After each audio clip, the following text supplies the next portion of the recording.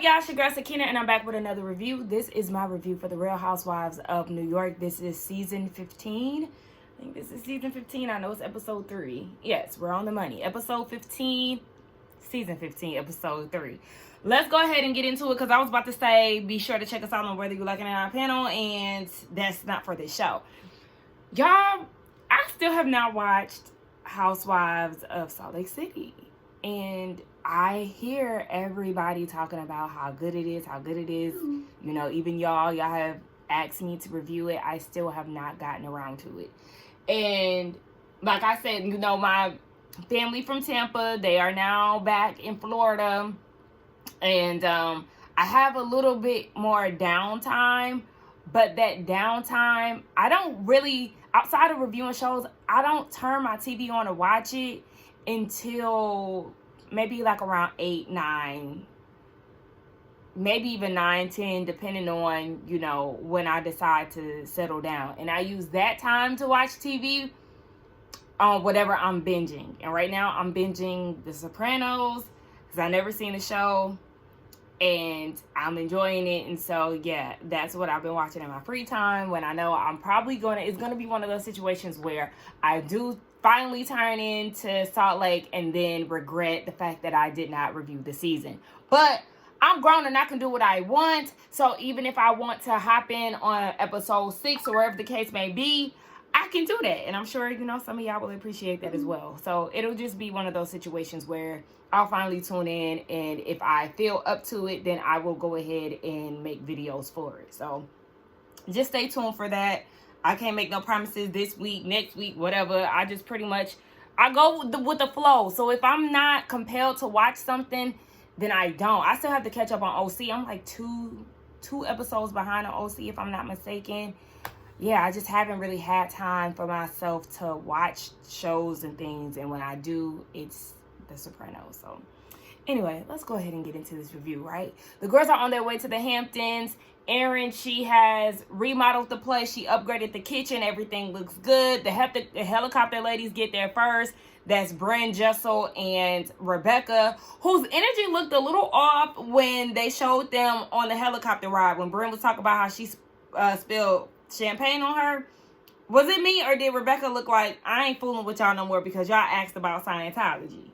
I don't know. I could be reading into it a little too much, but I was like, okay. We also peeped that Rebecca is not drinking because she has a hangover. I don't really care if she get drunk or not, because honestly, she's a non-factor in my opinion. But Sai and Uba, they're still on their way there. It took them 3 hours to get there versus the 40-minute helicopter ride. Baby, I would have been in that helicopter. I would have been a little nervous, but like I said, the helicopter was spacious enough for me to feel at ease to have multiple people in it, because we already know that helicopters are very compact.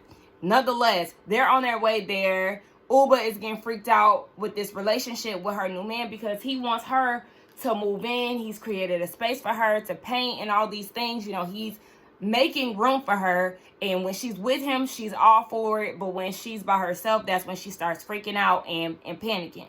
That's how it usually goes. When you by yourself, you have time to think. You tend to overthink and things like that. But Sai is letting her know, girl, just lean into it, okay?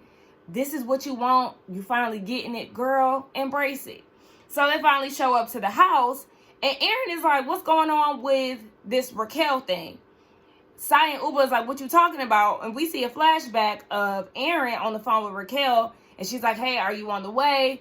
Yeah, she is, but she was supposed to ride with Uba and Sai, but she gets car sick. She asked them if she could ride in the front, and they supposedly told her no.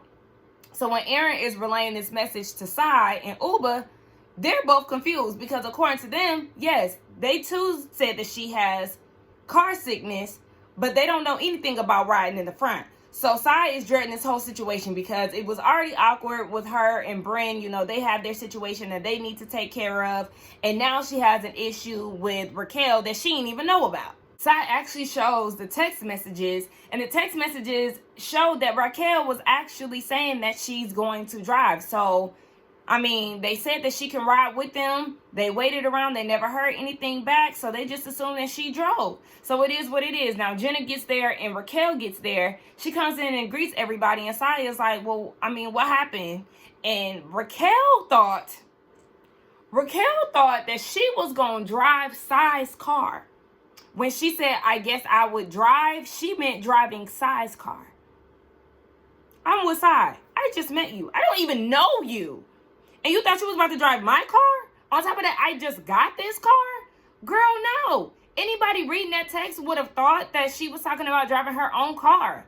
Raquel, you were not specific. And then for you to just kind of offer up your services to drive her car? No, baby. No. But, I mean, it wasn't a big deal, so they moved past it. And then you have Brynn talking to Uba. Uba's like, you know, where were you? You left your own party the other night. Brynn saying, yeah, because they were yelling at me, but she does want to fix things with Sai. So Uba and Brynn, they go off to the living room, and Brynn says she does want to talk sooner than later, but she's not sure when. And then Sai is like, let's see what they talking about. So her and Aaron joined the conversation, and Uba was like, yeah, Aaron, let's leave. It's time for them to have this conversation. So they get to finally talk. Oh my gosh, Jenna about to piss me off. So Brynn starts apologizing immediately. And it's like, I don't know why me and Sai are starting to see eye to eye a lot and, you know, peeping the same things. Because I, too, said, girl, you just immediately apologized and you didn't even say for what. You just gave a blanketed apology without pinpointing, I'm sorry for telling Jenna that I hate you. I'm sorry for telling Uba that telling Uba about the man, knowing that I heard that from you and wasn't supposed to say anything. I don't know if Brynn apologized for that at the reunion or not. But yeah, just pinpointing out what you're apologizing for, it makes it easier. Otherwise, it's going to feel like you're just doing this just to do it, and it's not really genuine. And so Sai was like, you haven't even heard my side of it. And then she brings up the fact that Brynn told Jenna that she hates her. And this is where I have to get inside yet again, because, girl, let it go. Jenna did not only hear that from Brynn, but she also heard that from everybody else, or, you know, other people around town. So you keep being fixated on Brynn being the one to deliver the message, but in our reality, you're the one who was spreading this message across New York, across Manhattan. Hell, you might have went to the Bronx with it. I don't know, but it is kind of at this point a game of semantics. Like, okay, I can't stand her. I hate her. It is two different things. One is more powerful in hate, but it is dislike all in the same. So, girl, stop harping on that. So then Brynn calls Jenna into the conversation, and Jenna goes and says that she did not say that she heard that Sai hated her through Brynn. Yes, you did. Yes, you did. You said this one. That one meant Brynn. And how I know that it meant Brynn is because when you and Sai went to go sit down in episode 2, Brynn was a topic of conversation, and you too said that you don't want her to get too caught up in it being Brynn because you heard it from multiple people. Jenna, you full of shit, and if you can't handle housewife confrontation, then you don't need to be on this show because you sitting here lying, and you know it. At that point, Sai is like, okay, Jenna, whatever. She just let it go. But Sai, again, is mad at Brynn because she told Jenna. Brynn is denying that she is the one who told Jenna. And then she's like, how dare you skip over everybody else? And we've been peeped that Sai loves to skip over the fact that she went to multiple people and said these things, but she keeps getting mad at Brynn for, I guess, delivering the message to Jenna, even though clearly other people have told Jenna the same thing. Whatever. At this point, Brynn is like, oh yes, I also, you know, forgive you for screaming at me at the party. And Sai is like, girl, I don't need forgiveness. Because basically she's not sorry. But I'm like, so now you don't need forgiveness, but you were also upset that you got out of character to the point where you wanted to meet up with Brynn. So which one is it? Y'all just gonna continue to be mad at each other, and y'all need to get it together. Either be friends or not. But really the root of this issue is just really not that deep. So y'all just need to move on. Sai doesn't like Brynn's condescending tone, and so there's no resolution to this. They end up hugging it out because Brynn, you know, came up with open arms and Sai hugged her back. So all is well for now, at least. Now, Aaron gifts everybody with a gift basket of things, and you know, the queen of gifts, Jenna Lyons, comes out with lingerie. It's a repeat from last season. And so she's giving everybody their lingerie, but she tells Jessel, like I said, who looks great, because Jessel looks good in her confessional too. She had a new confessional this episode in brown. She looks so good. So she was like, I know I gave you a hard time for wearing multiple labels last season, so I wanted to give you something. And she gives her a Bottega bag. Jessel opens it, and it's a Christmas tree, because last season, the lingerie that Jessel had, she said that she looks like a Christmas tree. So it was a gag gift. It was funny, and then, you know, she ended up getting her actual lingerie. And it looked cute. So, Jessel, maybe you need to put that on so you and Pavit can get it popping, because, again, you said that he didn't do nothing for Valentine's Day. He's not romantic. The spark is gone. So, girl, show up in the lingerie. Put it on him or something, girl. Anyway, they all get to their rooms. They're choosing them, and I think that was it. They're on their way to dinner, and the girls are eating the looks up. I love going out and everybody just looks good. Even if, you know, you can tell everybody's different personal styles. Jenna and Jessel, those were my two favorite looks. I said, come on, Jenna, with the body yaddy, okay? Jessel, even though she was giving the illusion of nakedness, looked amazing. I loved it. Her, Jenna, inside, they were my top three. Uba, you know, she played it. I ain't gonna say she played it safe. She just, you know, she just looked like she was on vacation. It was a cute vacation dress. And speaking of models, did y'all see Tyra strutting down the runway for the Victoria's Secret show last night? Now, everybody was talking about her ankles. I didn't even notice that until one of my friends pointed it out. But Tyra looked good. Giving us thighs, giving us smiles, giving us hair. It's giving hair, face, ass, tits. She looked really good. But yeah, overall, I really love the way that the ladies look. And speaking of, though, I hate Raquel's braids. And I wanted to speak on her braids last episode too, because she still has the knotted braid.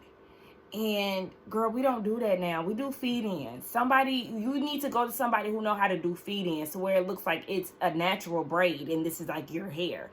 That knotted, no girl, we don't do that no more. We've advanced. Get with the times, babe.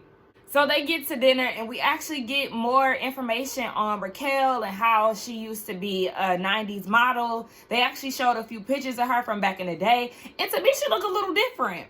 Like, I guess not too different, but if they showed us that picture without her saying, you know, she used to model, I wouldn't know if that was her right away.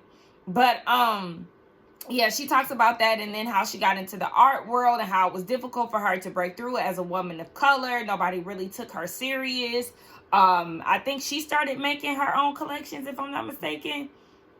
Or she helped somebody of color with their collection, and then once they seen that, then that's how she started to get, you know, her own, you know, her respect.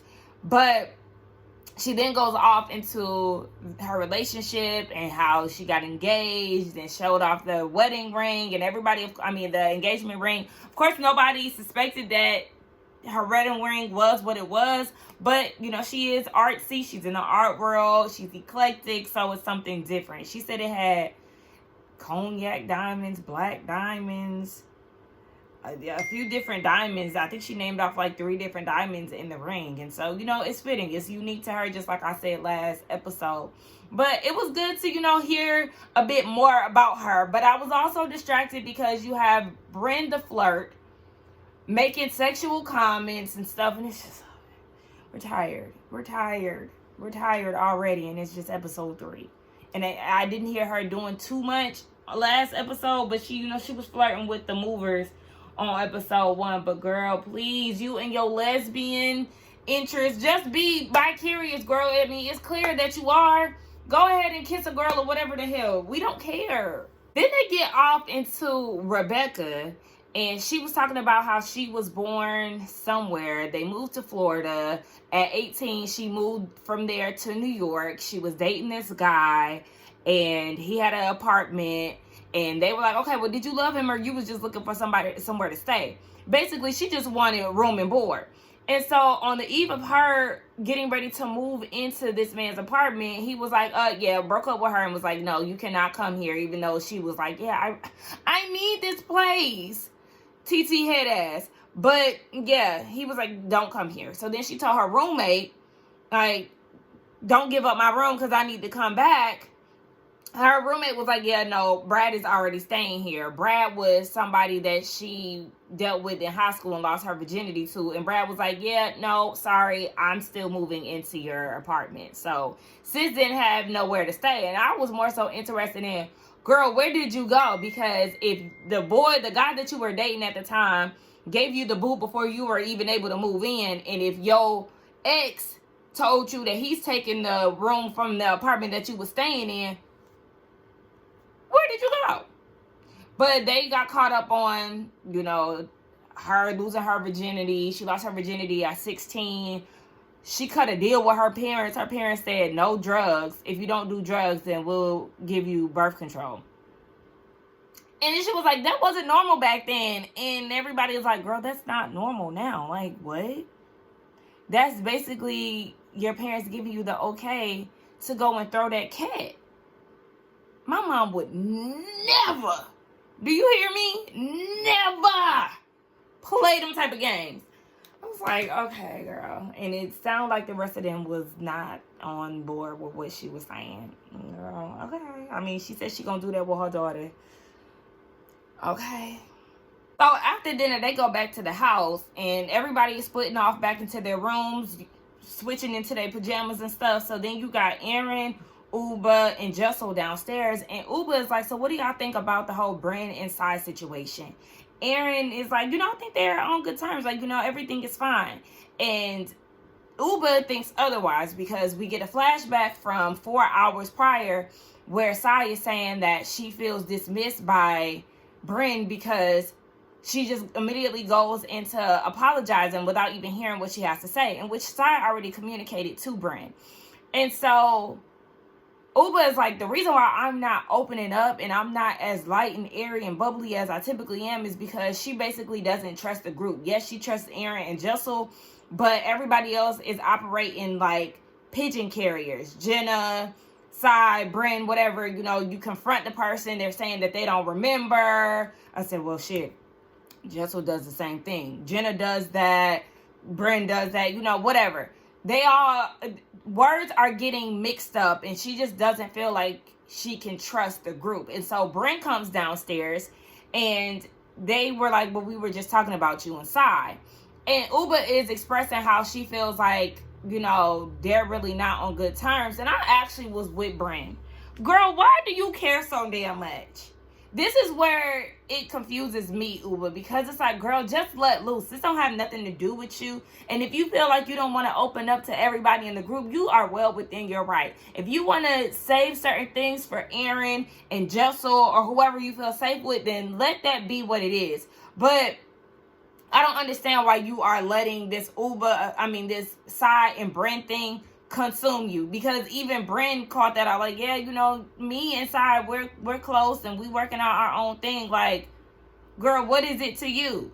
And then Uba want to get defensive and be like, if you think that all I care about is what you and Sai got going on, you got things twisted. Well, girl, then what is we talking about?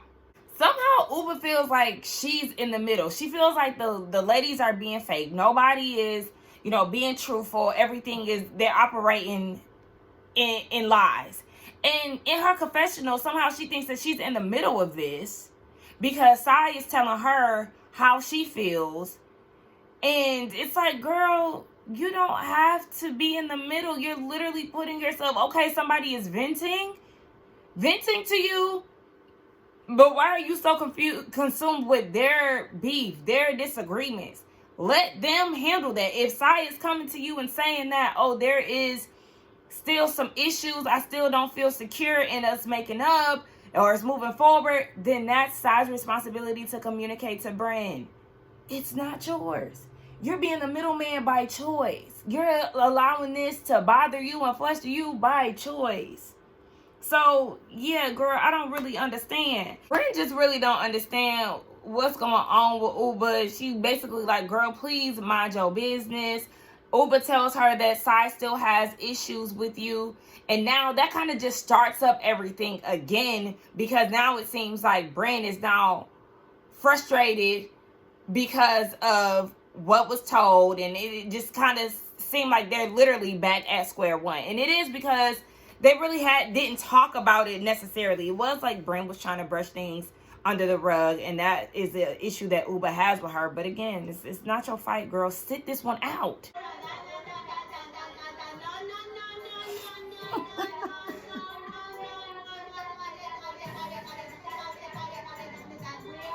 What?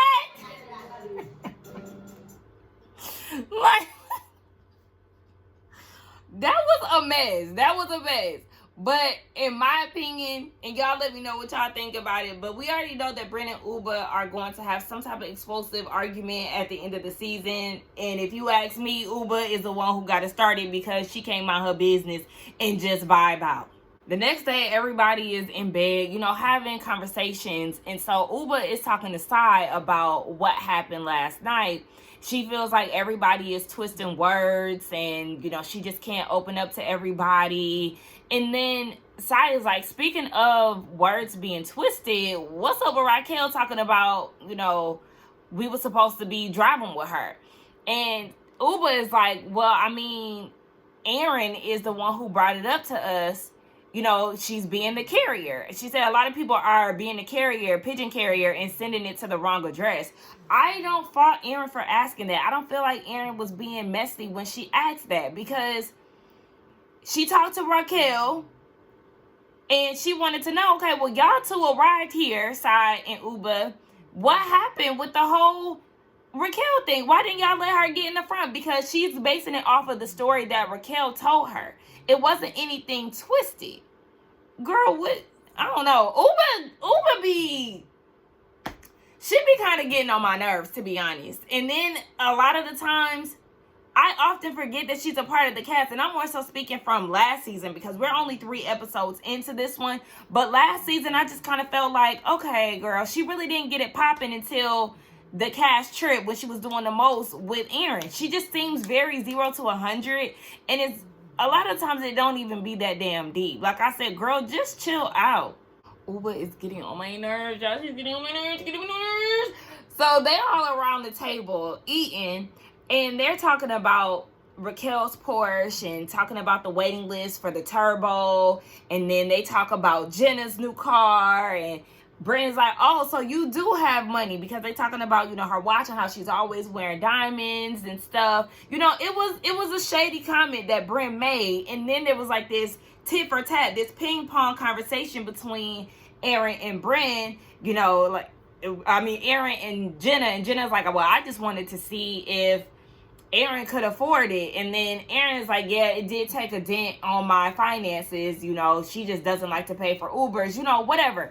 It was clearly some pressure there, but I'm still looking at you, Miss Jenna Lyons, like, okay, so this is the time when you be like, girl, what's your Cash App? I'm about to send you this Zelle. I'm about to send you this Venmo. You still ain't paid that lady her money. This would have been the perfect time to do so. Aaron, you need to speak the fuck up, because again, you still want that money. So then Uba, the Debbie Downer of the group, the true Debbie Downer, the true complainer, because yes, we did say last season that Jessel got a little tinge of complaint in her, but Uba, girl, you're irking me. This is why Sai didn't come downstairs, because she's tired of being used as a pawn. What are you talking about? Nobody's even talking about Sai. A pawn? Yeah. Who's using her as a pawn? And everything she says get twisted. And yesterday we were told that you said that we didn't let you drive first. But she thought you would drive your car. Yeah, no, I know that's what she thought. Well, I'm telling you, in this group there's a lot of miscommunicated. Maybe it's because people are using spokespeople and not talking for themselves. Okay. The fuck? Uba, what are you talking about? You hear them like, who's talking about Sai? Nobody's talking about her. You need to allow Sai to handle her own issues with Raquel. Why are you chiming in? I mean, granted, you were a part of the ride. You were. But we're not talking about that. The miscommunication and everything. If that's the case, Uba, get off the show. If you can't handle conflict and people mixing words and adding spice and all of that, then get off the show. Because, yes, these things happen, girl, please. But when I tell you I'm so on Brent's side, because Sai can talk to Raquel. And honestly, I don't think that Raquel, well, no, I was going to say I don't think Sai cares that much. I don't think she necessarily cares that much in our reality, simply because it's like, okay, they talked about it as soon as Raquel got there.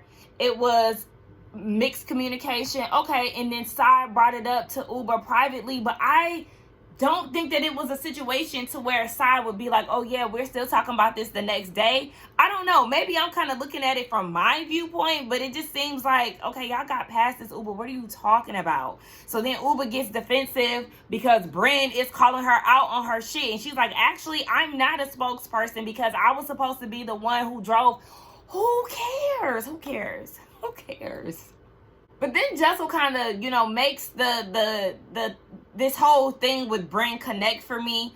Because, yes, again, and I know I did bring this up in another clip, Bren was the one who brought up her man on TV.